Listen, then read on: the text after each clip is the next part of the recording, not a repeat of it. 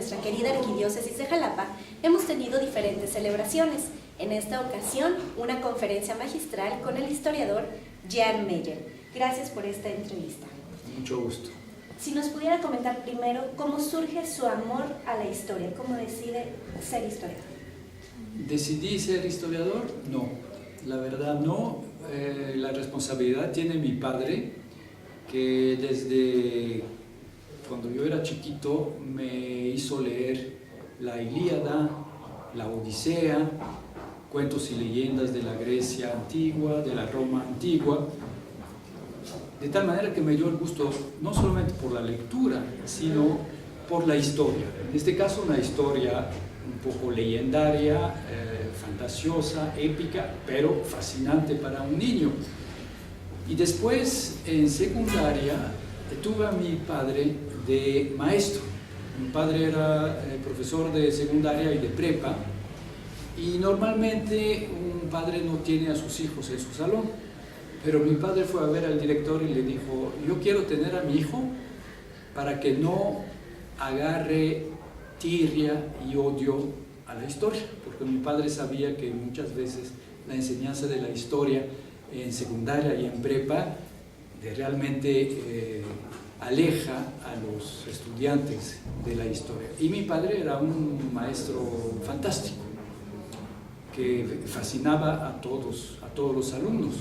Hasta la fecha hay gente de mi generación o más grandes que yo que me dicen: no, yo tuve la suerte de estudiar con vuestro padre, y lo recordamos hasta la fecha. Así que, sin que lo pensara yo, cuando se trataba de entrar a la universidad, pues casi automáticamente me metí en lo de la historia, y no me arrepiento, le estoy muy agradecido a mi padre. Perfecto, gracias. ¿Cómo es que llega Jan Meyer aquí a México? A los 20 años, de repente yo estaba terminando la licenciatura de Historia en la Sorbona de París, y en el pasillo principal de la Sorbona vimos que anunciaban el primer vuelo charter de la historia a Nueva York. París, Nueva York, ida y vuelta, creo que 500 francos, que era como un mes de mi beca. Y con un compañero decidimos correr la aventura, pero haciéndola más interesante. La idea era llegar a Nueva York, comprar un coche usado e irnos a México. Hay que decir que mi compañero sabía de mecánica, de tal manera que compramos en $300 un viejo Chewy en un deshuesadero de Nueva York, y llegamos a México. Y durante 2 meses le dimos la vuelta a México. Y para mí fue amor a primera vista. Yo dije: no sé cómo, pero regresaré. Y la oportunidad se presentó cuando ya terminé mis estudios. Había una nueva etapa que era el doctorado de historia. Y mi maestro, que era especialista de historia de Estados Unidos, me tenía la vía preparada, ya me tenía un tema de historia de Estados Unidos. Y yo le dije: perdón, pero yo preferiría, la verdad, historia de México. Un hombre muy generoso. Me dijo: bueno, yo de historia de México no sé nada, así que dirigir la tesis no voy a poder. Pero como no había quien pudiera dirigir la tesis de historia de México en ese momento en París, me dijo: le voy a dar la firma burocrática para el papeleo, porque si no hay director de tesis no. Y me metí a un seminario de historia de América Latina, y yo pensaba hacer mi tesis sobre Emiliano Zapata, que estaba conocida, la película con Marlon Brando, en fin. Y en ese seminario de doctorado, había un joven jesuita mexicano, el padre López Moctezuma, que había venido a París a hacer una tesis de doctorado. Y él me dijo: Zapata es muy interesante, todavía hay mucho que estudiar, pero ya hay buenos libros sobre Zapata. Si usted quiere un tema virgen, absolutamente nuevo, no trabajado, ahí está la cristiada, el conflicto religioso y el levantamiento de los católicos. Y así fue como llegué a México con ese tema de la cristiada, que, como me lo había advertido era difícil de trabajar porque tanto los archivos de la iglesia como los del Estado en ese momento estaban cerrados. Y eso me obligó a ir a entrevistar a los veteranos, a hacer una labor más de periodista o de antropólogo que de historiador, que incluso a la hora de la defensa de tesis uno de los sinodales me lo reclamó, me dijo, eso no es historia, es periodismo. Felizmente los otros me defendieron, los otros sinodales, y dijeron, ¿y qué? El periodismo también es respetable y además no había de otra. Pero eso me obligó a viajar mucho y a conocer un México muy diferente de la capital, y en lugar de papeles y expedientes, traté con gente viva. Y eso explica que me haya quedado después en México, casado con mexicanas. Desde 1979 tengo la nacionalidad mexicana, y nuestros hijos pues son binacionales, biculturales, pero México pesa más.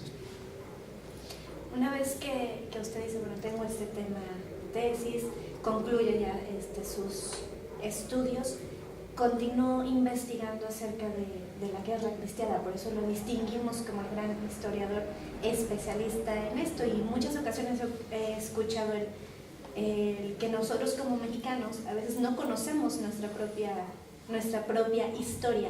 Y en el caso de la guerra cristera, pues los sistemas educativos en México suprimieron de la educación esos temas. ¿Qué fue lo que descubrió sobre esto? Bueno, durante muchos años, efectivamente, en México, el Estado, la Secretaría de Educación Pública, pero también la Iglesia, prefería no tocar el tema. Yo recuerdo muy bien que en los años, yo diría que hasta finales de los 80, los jóvenes seminaristas no sabían nada de la cristiada. Cuando yo empecé mi investigación, yo tenía 23 años, me molestó mucho, medio indigné de por qué la Iglesia, ahora a la distancia y con los años, yo entiendo que era muy sabio, porque cuando empiezo mi investigación en 1964, 65, pues el conflicto era muy reciente, digamos, la paz, realmente la paz religiosa, como lo sabemos, y en la vida del santo obispo Rafael Guízar y Valencia, el año de 1938 es el año de su muerte, pero a él le tocó poder regresar precisamente en 1938 a Jalapa, porque 1938 es el año de la paz religiosa, realmente. Entonces, si usted calcula 1938 y yo llego a 1964, 65, pues apenas habían pasado 25 años. Bueno, fíjense, cada año el 2 de octubre hay estudiantes que marchan en todo el país por el 2 de octubre de 1968. Estamos a 50 años y todavía es una cosa viva. Entonces, un arzobispo de México todavía no era cardenal, don Miguel Darío Miranda, me dijo, es que las cenizas todavía están calientes y no hay que soplarle porque puede brincar una chispa y otra vez el incendio, ¿no? Ya las cosas cambiaron. En tiempo de Salinas de Gortari, pueden criticar todo lo que quieren de Salinas de Gortari, pero hizo varias cosas buenas, y una de las buenas fue reformar la Constitución, quitar los artículos conflictivos y establecer relaciones diplomáticas con el Vaticano. A partir de este momento todo el mundo pudo hablar. Hoy en día los archivos incluso del ejército están abiertos sobre la cristiada. En Roma el Papa Benedicto XVI abrió los archivos del conflicto religioso, que estaban cerrados. Hasta 2005 estaban cerrados. Y los archivos eclesiásticos en México están totalmente abiertos. Por lo mismo, hoy en día, en los libros de texto se menciona el conflicto religioso. Incluso la palabra cristeros, ahí está. Y TV Educación, y Canal 22 y Canal 11, periódicamente pasan un documental de casi 4 horas, al cual tuve la suerte de participar, y que se llama La Cristiada. Así que ya se acabó, el tema no es tabú, y se acabó el silencio y se puede hablar tranquilamente del tema. En cuanto a sus grandes amores, todas las publicaciones que ha tenido, ¿tiene una que sea su preferida? Bueno, hay una que no me arrepiento de La Cristiada, para nada. La Cristiada incluso determinó mi vida, hizo de mí un mexicano, y ahí están mis hijos, y en unos días, nietos, estamos esperando a 2. Pero el libro que me dio gusto en escribir, porque me divertí mucho, se llama Yo, el francés, y es sobre la intervención francesa. Es una biografía colectiva de los oficiales. En su apogeo, el ejército francés en México son 30.000 hombres. De los 30.000 hombres hay 1.500 oficiales. Y busqué los expedientes, no encontré los de los 1.500, pero encontré varios cientos, y encontré muchas memorias, correspondencia, diarios inéditos, no publicados y muy frescos, porque cuando uno escribe sus memorias ya sabe lo que ha pasado, pero cuando uno está en el sitio de Puebla escribiendo a su novia a Francia, o a su mamá a París,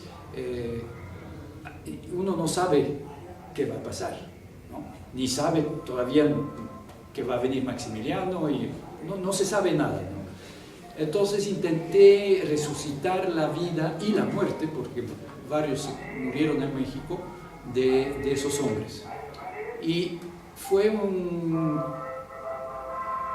casi una experiencia literaria, entre literatura e historia, con la seriedad de la historia en cuestión de documentación, pero con la idea de llegar a un gran público, que eso lo puede hacer la literatura y no los libros de academia, que son cargados de notas, de estadísticas, y pueden ser muy aburridos.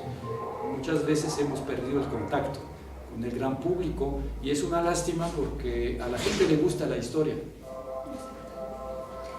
Y ahorita que usted visita la Arquidiócesis de Jalapa para esta conferencia, ¿qué fue lo que lo motivó a decir sí voy? Bueno, fue la invitación del padre Rafael, y pues no podía decir que no, porque por un lado le tengo cariño a mi vieja madre, que es la Iglesia católica, y por otro lado era la oportunidad para mí de abrir un expediente que no conocía, porque la historia del conflicto religioso en Veracruz es muy diferente de la de muchas diócesis, porque en Oaxaca, por ejemplo, casi no hubo lucha armada, no porque la gente no fuese católica, sino que en Oaxaca no solamente el obispo no estaba a favor de la lucha armada, pero no había necesidad, porque hubo un acuerdo secreto, digamos, debajo de la mesa, entre el gobierno local, que no estaba a favor de la persecución religiosa, de modo que la Iglesia Católica y los católicos de Oaxaca, durante los años del conflicto religioso, casi pudieron tener una vida religiosa normal. Incluso el seminario siguió funcionando. Y de repente el secretario de gobierno de Oaxaca le mandaba decir al director del seminario: oigan, por favor, vayan, cierren el seminario y escóndense, porque el lunes van a llegar unos inspectores federales, porque denunciaron al gobernador diciendo que no aplica la ley Calles. El caso de Veracruz es diferente, porque ahí sí hubo gobernadores realmente anticlericales, muy duros, muy violentos. Pero el obispo Rafael Guízar de Valencia estaba totalmente en contra de la lucha armada, estaba dispuesta, como los primeros cristianos, a morir de rodillas en el circo bajo el diente de los leones, como se decía en aquel entonces, pero consideraba que la lucha armada no era cristiana, pero también no era políticamente razonable. Y eso explica que la historia de la diócesis de Oaxaca, de Veracruz, en los años de la persecución del conflicto religioso, que empieza en 26, y que no termina antes de 1938, haya sido diferente. Entonces, para mí, con la ayuda del padre Rafael, que me mandó muchos libros, pude, digamos, descubrir la tercera faceta de la resistencia de los católicos. La primera es la lucha armada, eso es mi trabajo sobre la cristiada. La segunda es una resistencia cívica, pero que consigue el apoyo de los gobiernos locales, es Oaxaca, es Chihuahua, San Luis Potosí, varios estados, especialmente en el norte. Y la tercera faceta es la del obispo de Veracruz, que logró galvanizar, dinamizar a los católicos de Veracruz de tal manera que sin lucha armada, sin resistencia violenta, hubo una resistencia de una eficacia extraordinaria con la iglesia de las catacumbas. Perfecto. Pues ya para concluir esta entrevista, quisiera saber si usted vio la película de La Cristiada, de Dos Corazones Fieles, me parece. Sí, vi la película de La Cristiada. ¿Qué le pareció? Me da un poco de tristeza criticarla porque el productor mexicano, Pedro Pablo Barroso, es digamos, para empezar, arriesgó su dinero porque no recibió ninguna ayuda ni de los empresarios mexicanos, ni no tenía por qué recibirla del Estado, pero arriesgó su propio capital. Pero el guionista norteamericano de Hollywood inventó una historia que está plagada de cosas que un historiador no puede admitir. Lo que es blanco lo pone negro, lo que es negro lo pone blanco, inventa cosas que nunca pasaron, cuando de por sí la historia del conflicto religioso es mejor que la mejor de las novelas, ¿sí? Entonces esa es la cosa.